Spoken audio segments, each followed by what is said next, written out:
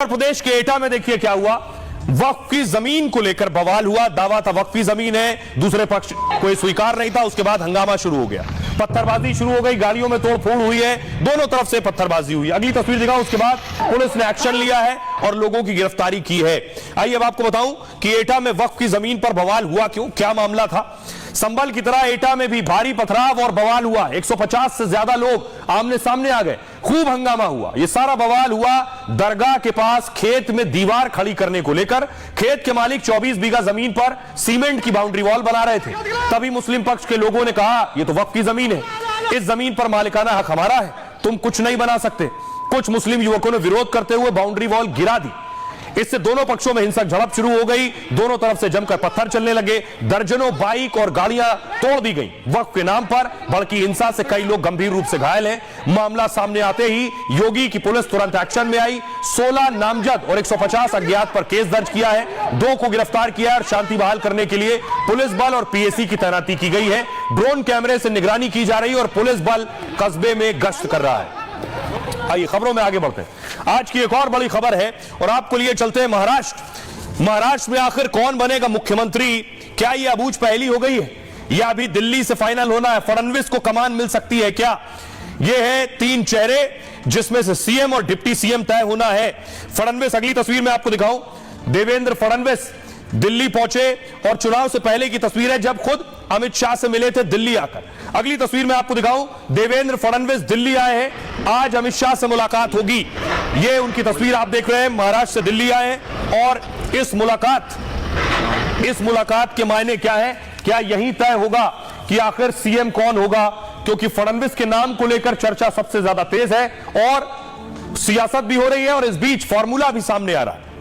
देवेंद्र फडणवीस अगले सीएम होंगे महाराष्ट्र के। एनडीए से उन्हें सीएम बनाने का फैसला कर लिया है, हालांकि उनके नाम का ऐलान अभी नहीं हुआ है। खबर है कि शिंदे और अजित ने भी देवेंद्र फडणवीस के नाम पर हामी भर दी है। आज देर रात तक देवेंद्र फडणवीस के नाम का ऐलान हो सकता है।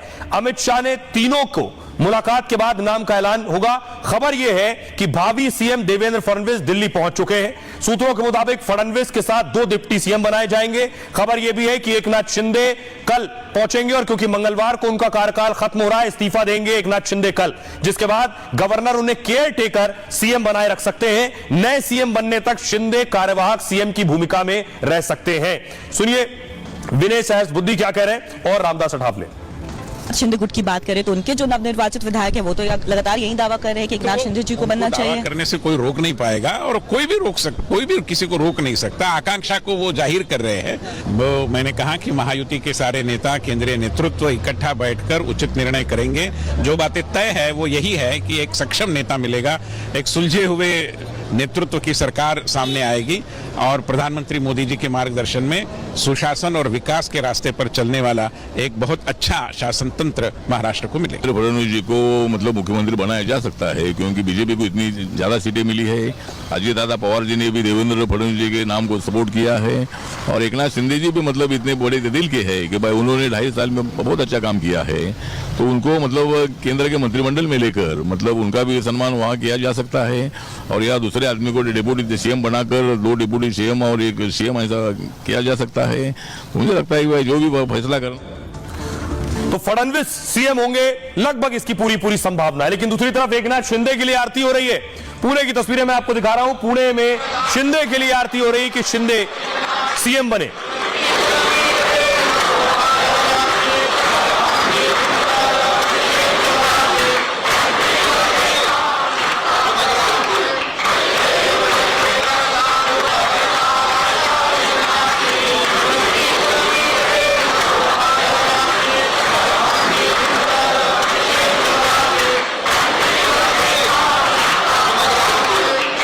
आज एक और तस्वीर सामने आई। रोहित पवार से अजित पवार मिले। रिश्ता है, इसलिए रोहित पवार से मिलकर अजित पवार ने कहा मेरे पांव छुओ। वो झुककर उन्होंने पांव छुआ। अजित पवार ने कहा मेरे साथ होते मैं तुम्हारे लिए प्रचार करता तो तुम और बड़े मार्जिन से जीतते।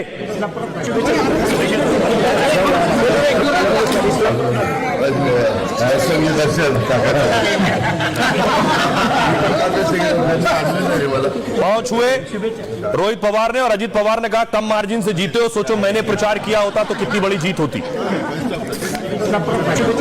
अब आपको बताऊं कि एक और फॉर्मूला चल रहा है देवेंद्र फडणवीस को लेकर कि वो 2.5 साल के सीएम हो सकते हैं क्या। अटकलें फडणवीस को लेकर, अटकलों का बाजार गर्म है, रोज नई खबर आ रही है। खबर है, एक और अटकल ये है कि 2.5 साल के मुख्यमंत्री होंगे, 2.5 साल बाद उन्हें पार्टी अध्यक्ष की कमान सौंपी जा सकती है, क्योंकि बीजेपी और आरएसएस दोनों चाहते हैं कि ये पार्टी अध्यक्ष बने। हालांकि इस बारे में पार्टी के नेता कुछ नहीं कह रहे। चुनाव से पहले भी ऐसी चर्चा थी, खबर ये आगे बढ़ चुकी है। जानकारी के मुताबिक फडणवीस के बाद अगले सीएम शिंदे होंगे। एकनाथ शिंदे का यह दूसरा कार्यकाल 2.5 साल का होगा। किसी वजह से फडणवीस अगर बीच में इस्तीफा देते हैं तो अगला सीएम कौन होगा, इस पर भी चर्चा हो चुकी। सूत्रों के मुताबिक विनोद तावड़े या चंद्रकांत पाटिल भी अगले सीएम होंगे। विनोद तावड़े पार्टी महासचिव है, चंद्रकांत पाटिल पूर्व अध्यक्ष है। अगले सीएम का कार्यकाल केवल बचे हुए समय के लिए होगा। 2.5 साल में जितना समय बचेगा तभी तक वो सीएम रहेंगे। आइए अब आपको सुनवाता हूं अटकलों का बाजार घर में। इस बीच सुनिए सियासतदान क्या कहना है। महाराष्ट्र का मुख्यमंत्री दिल्ली तय करेगी, मोदी शाह तय करेगी। वो मुख्यमंत्री ऐसा रहेगा जिससे गुजरात को ज्यादा फायदा जो कर सकता है वही नेता मुख्यमंत्री होगा। महाराष्ट्र के फायदे की बात नहीं होगी। नोट जिहाद और दारू जिहाद, ऐसी दो चीजें महाराष्ट्र के चुनाव में सामने आई हैं। जो लोग दूसरे को कहते हैं कि ये वोट जिहाद है, तो हम कहते हैं कि इनने, बीजेपी ने नोट जिहाद और वोट दारू जिहाद महाराष्ट्र में किया। पक्षों ने क्या किया, वहाँ यही किया कि मुसलमानों को टूल बना करके वहाँ गजवाए हिंद कर रहा था। वहाँ के लोगों ने एक एक पाई का हिसाब जोड़ करके ले लिया। आ रहे हैं, मनोबल थोड़ी आ रहे हैं, निराश हुए, हताश थोड़ी हुए हैं। और जब तक तोड़ेगा नहीं तब तक छोड़ेगा देंगे, शांति से नहीं बैठेंगे और सरकार ला नहीं देंगे तब तक चुपचाप बैठेंगे नहीं। झारखंड के लोगों ने नकार दिया और सारी कोशिश। और इस बीच देखिए, योगी आदित्यनाथ ने महाराष्ट्र में प्रचार किया था। योगी का एक शानदार पोस्टर लगा है। ये देखिए जरा, योगी का स्ट्राइक रेट का पोस्टर है कि योगी का स्ट्राइक रेट कैसा रहा है। देखिए ये पोस्टर है, बटेंगे तो कटेंगे, एक है तो सेफ है। स्ट्राइक रेट 95% योगी का, यानी जहां योगी ने रैली की 95% कामयाबी मिली है। आइए आपको बताऊं योगी आदित्यनाथ का चुनाव में स्ट्राइक रेट क्या है, जहां रैली करते हैं कितनी सीटें जीत पाती है पार्टी। देखिए योगी आदित्यनाथ जीत की गारंटी बन चुके हैं। महाराष्ट्र चुनाव में एक बार फिर साबित हो गया है। उत्तर प्रदेश, जम्मू कश्मीर, हरियाणा में भी अच्छा रिकॉर्ड है। महाराष्ट्र से शुरू करते हैं। महाराष्ट्र में योगी ने 4 दिन में 11 सभाएं की। महायुति के 23 उम्मीदवारों के लिए प्रचार किया। महायुति के 23 में से 20 कैंडिडेट चुनाव जीत गए। योगी ने बीजेपी के 18 उम्मीदवारों के लिए प्रचार किया। बीजेपी के 18 में 17 कैंडिडेट चुनाव जीत गए। महाराष्ट्र में जीत का स्ट्राइक रेट योगी का है 89%, जबकि योगी आदित्यनाथ का स्ट्राइक रेट 95% रहा। उत्तर प्रदेश में देखिए, यूपी उपचुनाव में योगी ने सभी 9 सीटों पर प्रचार किया। बीजेपी को 7 सीटें मिली, जो करीब 80% का स्ट्राइक रेट है। हरियाणा में 4 दिन में 20 कैंडिडेट के लिए प्रचार किया। इसमें से 13 सीटों पर बीजेपी को कामयाबी मिली, जो 65% का स्ट्राइक रेट बनता है, जबकि बीजेपी का ओवरऑल स्ट्राइक रेट 53% रहा है।